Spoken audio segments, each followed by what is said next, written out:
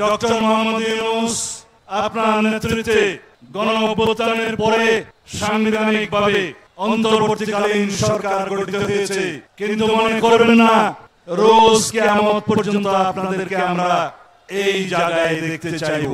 আপনার সরকার এখন মানুষ বলছে এনসিপি মার্কা সরকার।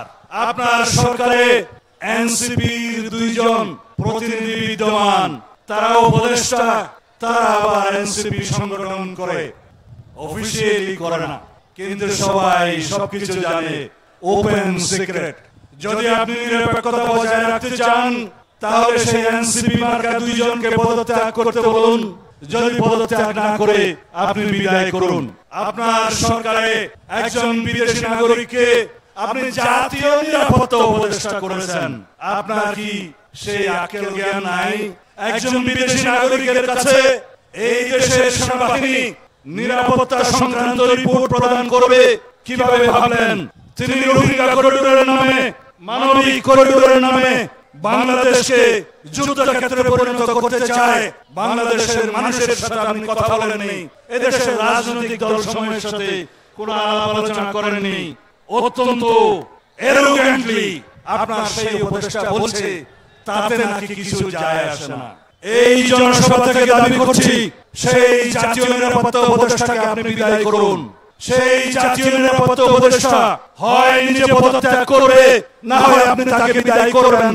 এই দেশের নিরাপত্তা সংক্রান্ত কোন জাতীয় দায়িত্ব বিদেশি নাগরিকের হাতে থাকতে পারে না। এই নাগরিক ষড়যন্ত্র করছে বাংলাদেশে একটি অস্থির পরিস্থিতি সৃষ্টি করার জন্য। আমরা তা হতে দেব না। এই দেশে বন্দর, করিডোর সবকিছু নাকি ইউনূস সরকারের অধিকারের মধ্যে পড়ে। বিদেশে আপনি কি কন্ট্রাক্ট করে এসেছেন জানি না, আপনি অবলীলাক্রমে বাংলাদেশের সমুদ্র বন্দর, নদী বন্দর, করিডোর সব বিদেশিদের হাতে হস্তান্তর করবেন। কি চুক্তি করে এসেছেন? কি এখতিয়ার আছে আপনার? কি ম্যান্ডেট নিয়ে এসেছেন?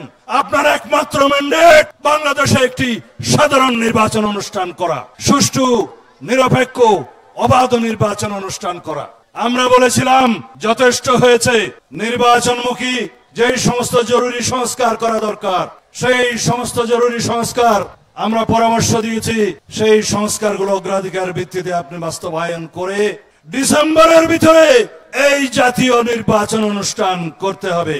আপনি আশ্বস্ত করেছিলেন, আবার আপনি সরে গেলেন। আপনি মনে করছেন আপনাকে জনগণ অসীম ক্ষমতাশীল বানিয়েছে।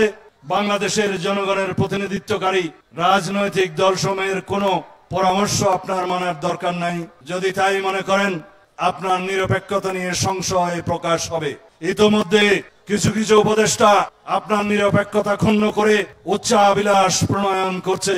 তাদের উদ্দেশ্য অনির্দিষ্টকাল পর্যন্ত অনির্বাচিতভাবে যেন এই সরকার থাকতে পারে।